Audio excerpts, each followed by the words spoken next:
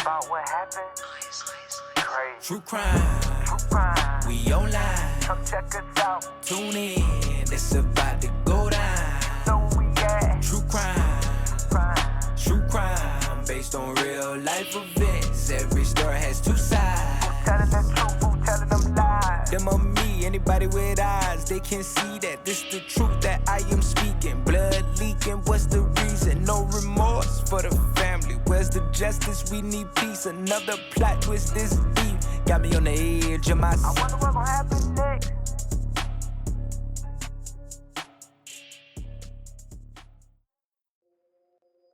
Welcome, dear listeners, to another episode of Murder and Cocktails, where true crime meets mixology.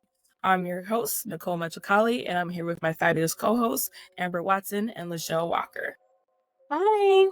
Hey, everybody. Today we'll be discussing Ted Bundy, one of the most notorious serial killers and rapists of the 20th century. But before we begin, we want to remind everyone that this episode discusses graphic content and may not be suitable for all audiences, so grab your favorite libation and let's raise a glass to a murderously good time. But first, we have some true crime news.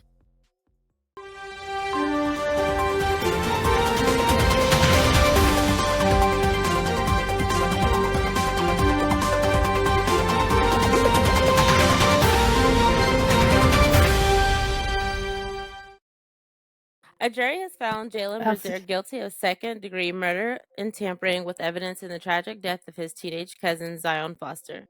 Let's delve into the details of this case. On Thursday, May 16th, after deliberating for less than an hour, the jury found Jalen Brazier guilty of killing Zion Foster, his 17-year-old cousin, whom he admitted to throwing in a dumpster in 2022. Foster went missing from her East Point home in January of that year. Brazier confessed that they were together during her last moments at his Detroit home, and he put her body in a dumpster after she died. Brazier's trial began on Tuesday, May 7th. The Wayne County Prosecutor's Office presented dozens of witnesses to prove Brazier's responsibility for Foster's death. Not just her disappearance, despite the defense not calling any witnesses, they argued there was no evidence directly linking Brazier to Foster's death. I hate his last name. I motherfucking hate it. Brazier told police that Foster's breathing became shallow after they smoked marijuana and they unexpectedly died. Wow.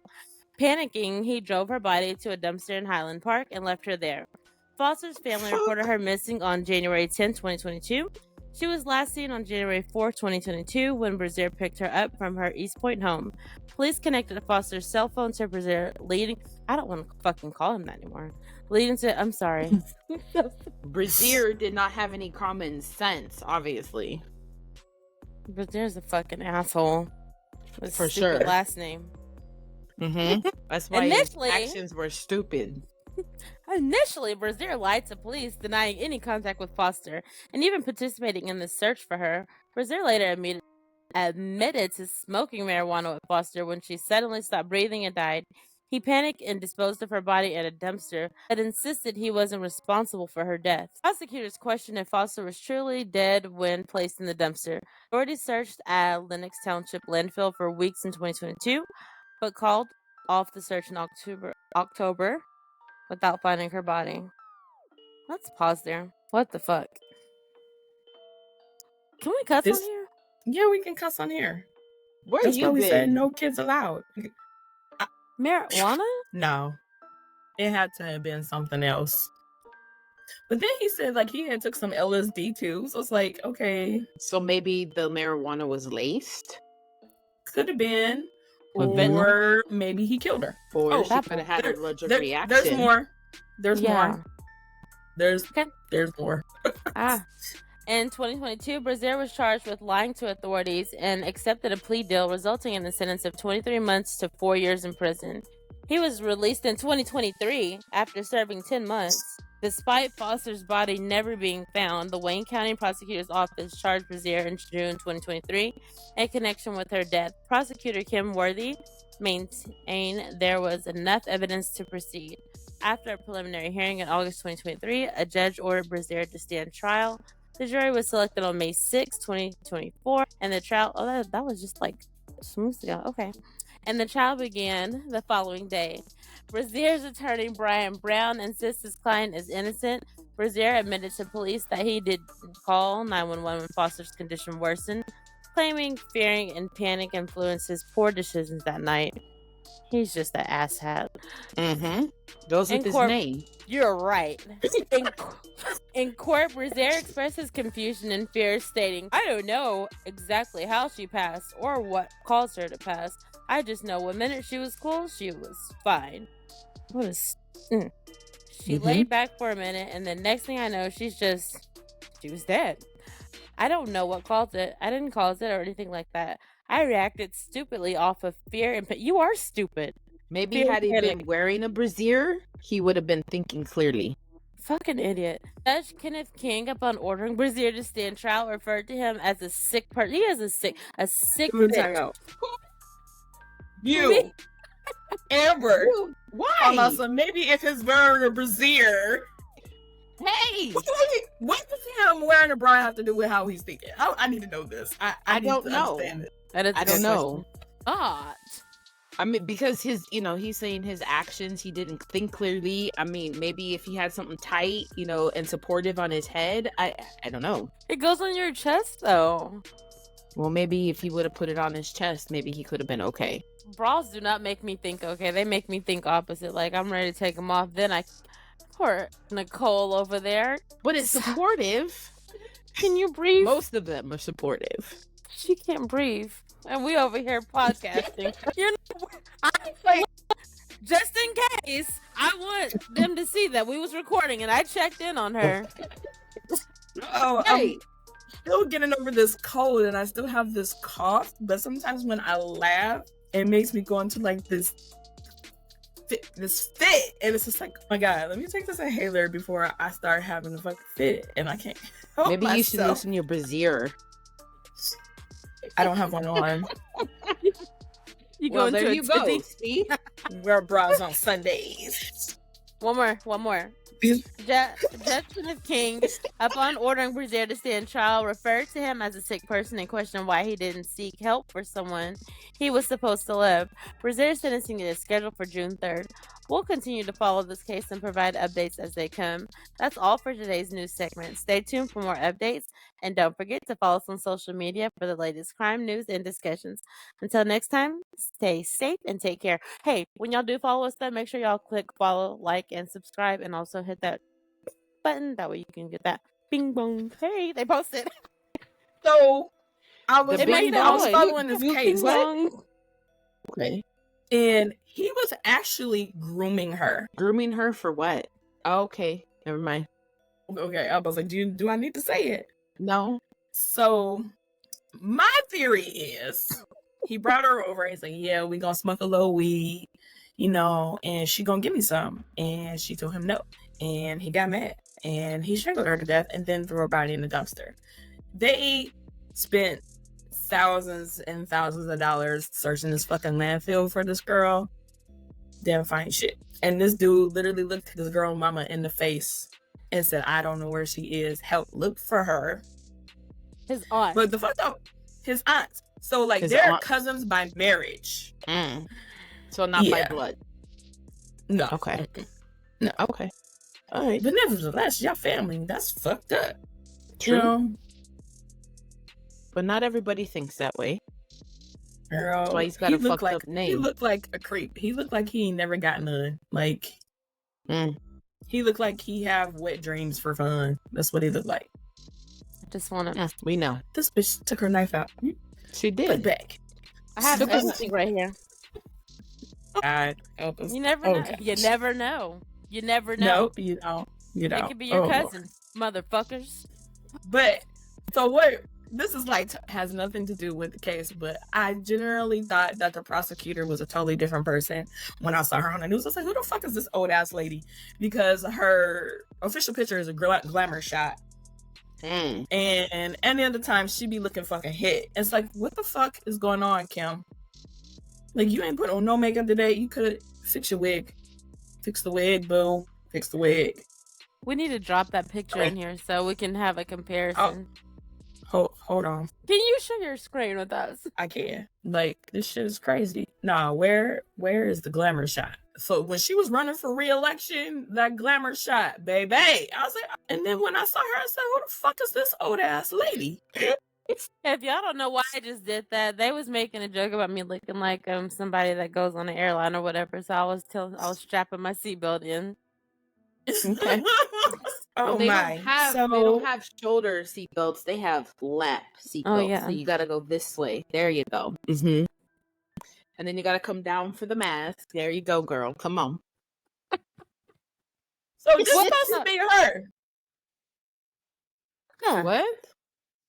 This her with the That's her contacts too. in. Hair done.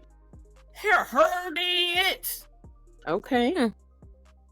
Got a little mustache going on, but you know, whatever. She could have fixed 5 that. o'clock shadow. All right. They could have Now you got me photoshopped that out for her.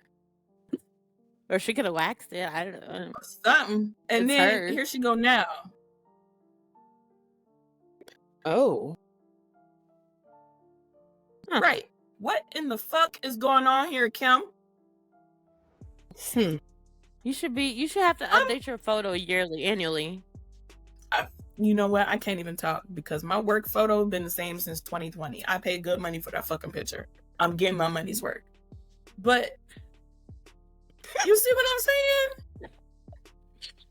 Night and day, right? Am I lying? No, you're not. But maybe something happened. That don't She mean should she update her ain't look picture. like that. I'm just saying. You know, Put the maybe wig back she on. Put the with wig that back on too. at least. That was Something. a wig. It was. Obviously. And look good. But somebody, see, she need a friend like me because I would have policed her up. Like, come on. She doesn't have a PR Let's go, team. let's go down to the basement real quick so I can wax that off for you. And we gonna make sure you together. And we need a hair appointment every 2 weeks. Throw a wig on. Something. I Shit, feel like Ross you're is talking better to on. me. Oh, shut up. You always look perfectly fine. My wig is on Matter the of fact- floor if you want me to put it on. No. I will. We It's we right good. there. We're good with the bun. Just Right. Oh my God. Fix it. You I black. Am I? you're Little back. bit. You've been back. I'm kidding. Yeah, but I'm gonna need her to get her shit together. Me? No, Kim Worthy. You should go get. I'm going to I'm going to hell. All right, We're all gonna be there with you. What you talking about? it's okay. You're gonna be so lit off them steroids. I know, huh? Is that pro air? You gonna have No, the I'll zoomies. be raw. It's a beautiful. Yeah. You're gonna have the Yeah. zoomies. Good, because I need to go outside and fuck with these. I'm not fucking with nothing because I just heard thunder.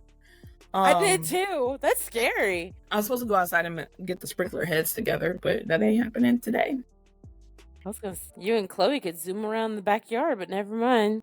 No, Chloe will shoot. If it's raining, bitch, you want me to go outside in this? Oh, nah, bitch, you got me fucked up. Better come on, bring your black ass out and bring this umbrella. That's how she looked at me. I was going, Chloe. She like, bitch, no. And Cashmere be like, this bitch crazy. Don't even listen to her, Chloe. Just hold it. That's how it be. Oh my god. Oh my god. But the thing is, they are outside dogs. Like, they like to dig and roll around. Bobby gave him a bath at 3 o'clock this morning because they came in a hot damn mess at 3 o'clock this morning. He said, I'm sick of these fucking dogs. Well, you wanted to have They dogs. woke him up like 3 times last night. I'm thinking to myself, better you than me. I love it because they're white, and I know like you have to keep them all clean because they're not. Man, right. And let me tell you, he gets so mad at them. He be like, man, these white motherfuckers. These fucking dogs. And I can't say nothing because he white too. So it's just like, okay. Tell us how you really feel. You know what I'm saying? And here go Minas. Oh my gosh. Anyways, back to Notorious. Okay. Ted Bundy was a notorious serial killer, rapist, and necrophiliac who was known to have murdered at least 20 women in the 1970s. He admitted to killing 36, although some experts believe his actual victim count might exceed 100. While Bundy's confirmed crimes are horrifying, involving over 30 murders along with rape, torture, and necrophilia, part of his allure stems from the mysteries surrounding him. He was high. Arrested in 1978, Bundy received 3 death sentences for the murders of 2 Chi Omega sorority members at Florida State University and a 12-year-old girl. His charming appearance and demeanor gained him a macabre celebrity status during his trial, inspiring numerous novels and films about serial killers. Bundy was executed in 1989. So some fun facts. Y'all know, but Ted Bundy was a Sagittarius. I know some pretty Theodore, kind of cute. So he had traits such as humor, speed, he was freedom-seeking, he was jovial, he was magnetic and impulsive, reckless as fuck, non-committal, and very blunt. All signs of a Sagittarius. He was also one of the 17 infamous serial killers born in November, including Charles Manson and Charles Starkweather. Bundy grew up believing his mother was his sister, and rumors persist that his grandfather might have actually been his father. His mother, Eleanor Louise Cowell, gave birth to him at home for unwed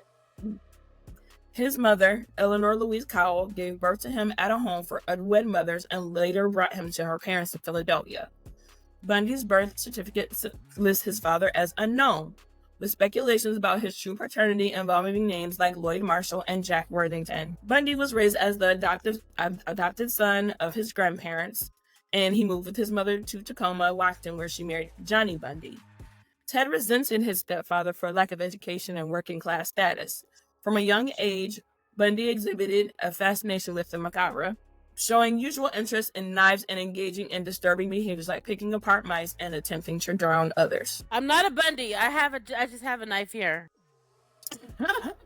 Like, now I feel weird. Among other things. It is, but you are not a Bundy. No, definitely not. Not a Bundy. I teach self-defense, actually, so you wouldn't have been a victim.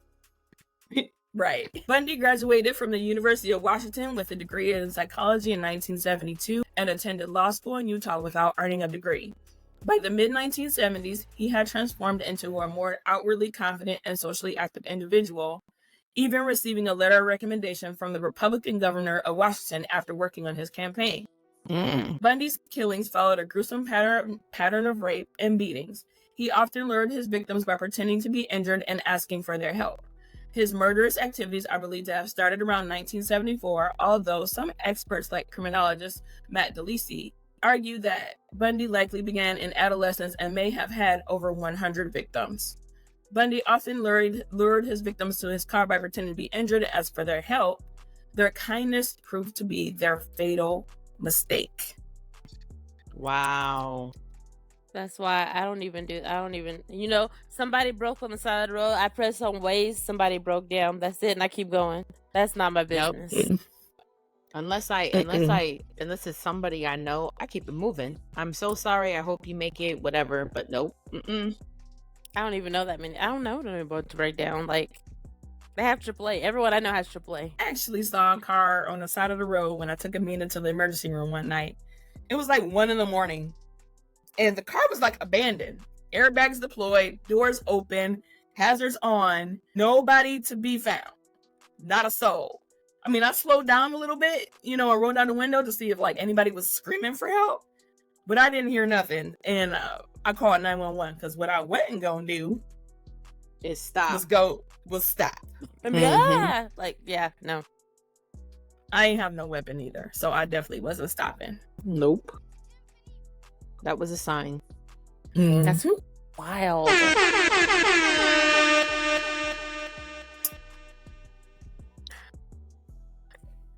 Oh, am I supposed to start after that? Yes. Oh, damn. All right.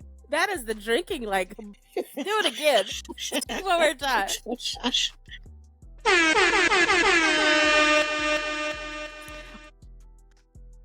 Today's featured cocktail is the Moscato Peach Sangria, courtesy of crayansandcravings.com. Here's how you can concoct this libation.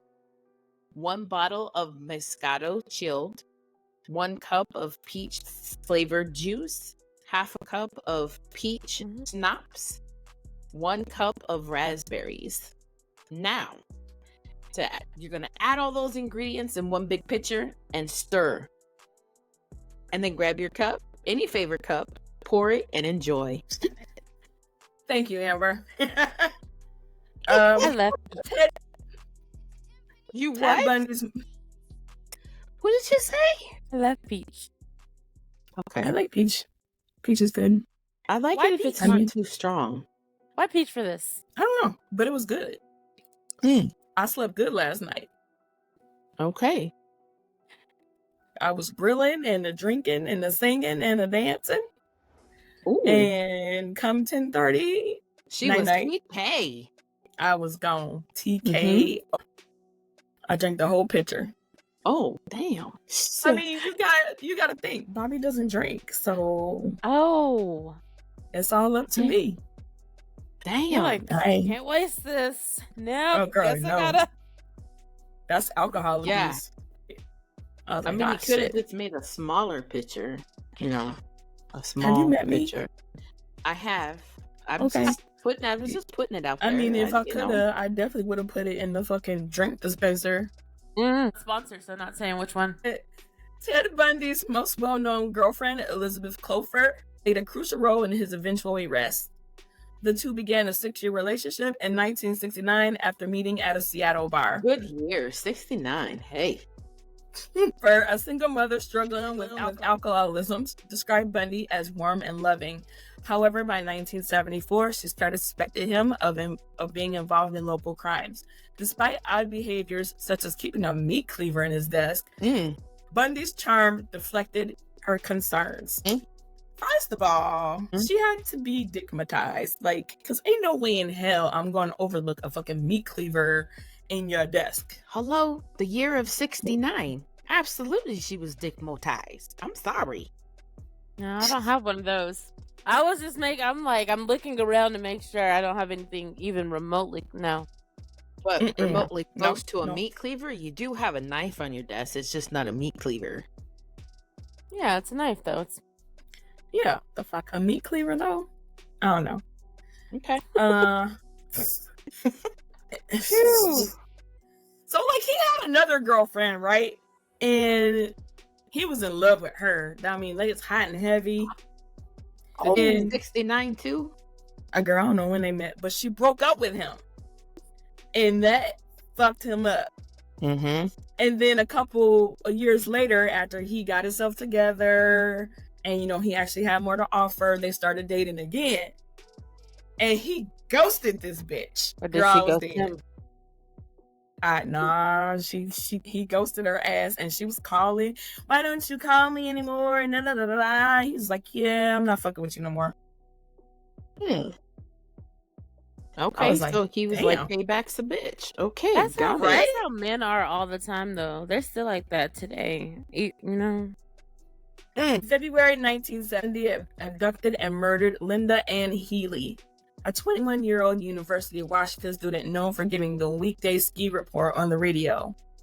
His killing spree continued. March 1974, Donna Gail Manson, 19, a student at Evergreen State College in Olympia, was kidnapped and murdered. Her body was never recovered. April 19, Susan Elaine Rancourt, 18, a student at Central Washington University in Ellensburg, was abducted and killed. May 1974, Roberta Kathy Parks, 20, from Oregon State University, was raped and killed at Taylor Mountain, southeast of Seattle.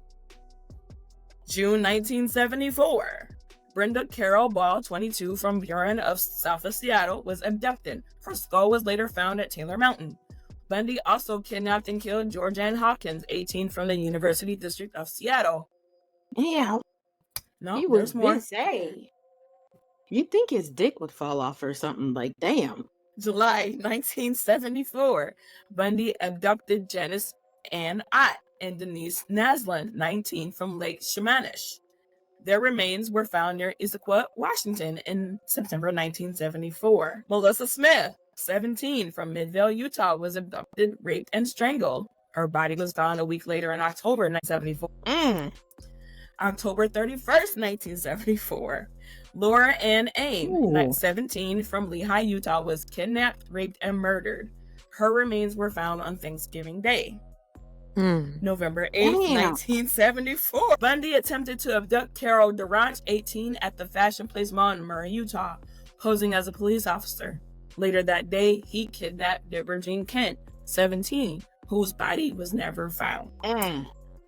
Cluffer's suspicions led her to the police twice. In 1975, her evidence helped arrest Bundy. During a phone call from prison, Bundy confessed to Cluffer that he had tried to kill her and couldn't resist his impulses when he felt his sickness building in him. January 1975, Bundy abducted Karen Elaine Campbell, 23, from the Wildwood Inn in Snowmass, Colorado. Her body was found 36 days later.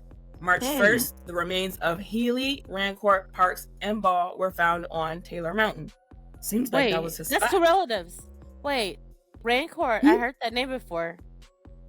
Earlier. Yeah, so a family member? Maybe? No, her. Whoa, Like they found their bodies. Oh. Yeah. Girl, I'm so thrown off because he was really out there, like, god damn. Busy. That's what I'm saying. Did he work? Like, he ain't done. I mean, he didn't catch no diseases, nothing. I mean, back then, there really wasn't. Everybody has syphilis.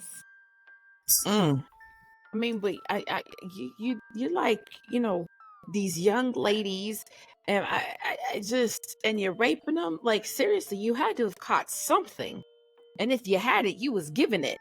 Herpes simplex. He had it all. Yeah, had to have. March 15th, 1975, Bundy abducted and killed Julie Cunningham, 26, from Vail, Colorado.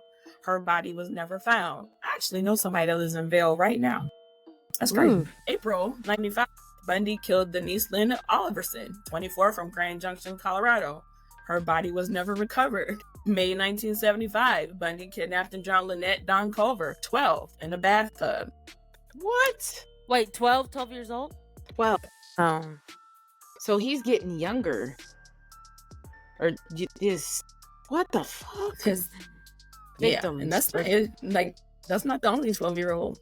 That's the crazy part. June 1975, Bundy kidnapped and killed Susan Curtis, 15, at Brigham Young University.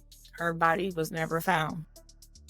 Bundy was arrested on August 16, 1975, in Granger, Utah, after chased by a highway patrol officer named Bob Hayward. A search of his vehicle uncovered masks, gloves, rope, a crowbar, and handcuffs. He was released on bail the next day. In October 1975, Bundy was identified in a lineup by Carol Durant and arrested. He was convicted and sentenced to a minimum of 1 year to a maximum of 15 years in a Utah State prison in February 1976. Twice. Bundy escaped from prison twice in 1977. The first escape occurred in June when he jumped out of a courthouse library window. He was recaptured after 5 days. In December, he escaped again through a light fixture opening in his cell and made his way to Florida. How? Fucking how? How? Girl, you know. My birthday, January 1978. I'm just thinking about squeezing my body. He about to fuck shit up. January 1978. In January 1978, Bundy attacked 4 women at the Chi Omega sorority house near Florida State University, killing 2. Shortly after, he kidnapped and murdered 12-year-old Kimberly Leach, his last known victim. On February 15th, 1978, Bundy was arrested in Pensacola, Florida, and his true identity was revealed on February 17th. July 24th, 1979, Bundy was found guilty of murdering Lisa Levy and Margaret Bowman in the attempted murders of Kathy Kleiner, Karen Chandler, and Cheryl Thomas. He received death sentences for the murders of Levy and Bowman. Good. February 1980, Bundy was found guilty of Kimberly Leach's kidnapping and murder and was sentenced to death again. After multiple appeals, Jesus, get it together, Nicole. January. After multiple appeals, Bundy was executed on January 24th, 1989 in an electric chair at Florida State Prison. His body was cremated and his ashes were scattered in the Cascade Mountains of Washington State, where he had murdered at least 4 of his victims. Wait a Who minute. the fuck spread his ashes? Who? That's Yeah. what who I'd did- like to know. Like, why would you do that? Somebody still liked him enough to go His mother, carry out maybe? his wishes. Girl, he got married and had a whole kid with this lady. Mm. You knocking the so hell a out of that friend of skateboard. his. I know. Who the fuck? I don't know who spread his ashes. I want to know. Was it Brazier? Let me find motherfucker. Brazil. He was a baby, but he was stupid. Remember, he said he was stupid. So He let me was see who did it. Oh, Who spread? I'm just saying, Ted that's a Bundy? stupid Hey, act. Siri. You got a stupid Who person doing spread stupid Ted acts. Bundy's Why not? ashes? I cannot with you today. Yes, you can. That was his request. Yeah, but who did it? Right. Who fulfilled I that? think his wife may have done it. Siri is not about to tell me that, and she wants to know why I want to know, and I don't want them to ask me why I want to know that either. So no, we done that. Either his wife or maybe his daughter, because he does have a daughter. Bundy's life and crimes have been the subject of numerous films, documentaries, and books. Notable portrayals include The Deliberate Stranger, 1986, a television movie featuring Mark Harmon as Bundy, Extremely Wicked, Shockingly Evil, and Vile, 2019, a film starring Zac Efron as Bundy. Oh, Zac Efron is so yummy. Yes, he is. Yeah, I would yeah, agree. yeah. Mm-hmm. Yeah. He's so yummy. Conversations with the Killer, the Ted Bundy tapes, 2019, a Netflix docuseries featuring archival footage and audio recordings of Bundy.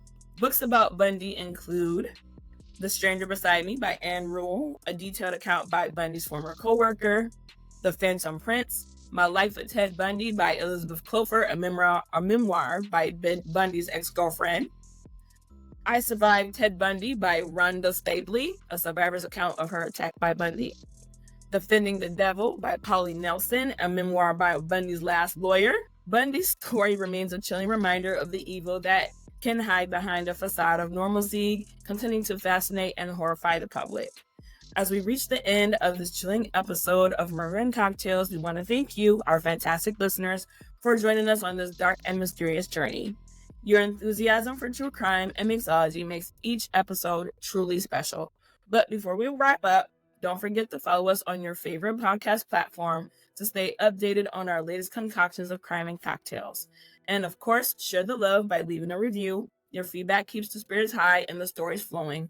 Remember to visit our website, truecrimemixology.com, for the cocktail recipe of the week, Moscato Peach Sangria, inspired by today's episode, and to check out our favorite things. Until next time, stay curious, stay safe, and keep those glasses full. Cheers to the mysteries that keep us coming back for more. Cheers.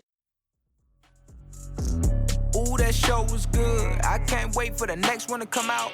Binging on the podcast. Hope true crime never run out. What's gonna happen in the next episode? Nobody don't know. All that suspense, this get intense. No turning back now. I'm all in. True crime, we online. Tune in, it's about to go down. True crime based on real life events. Every story has two sides.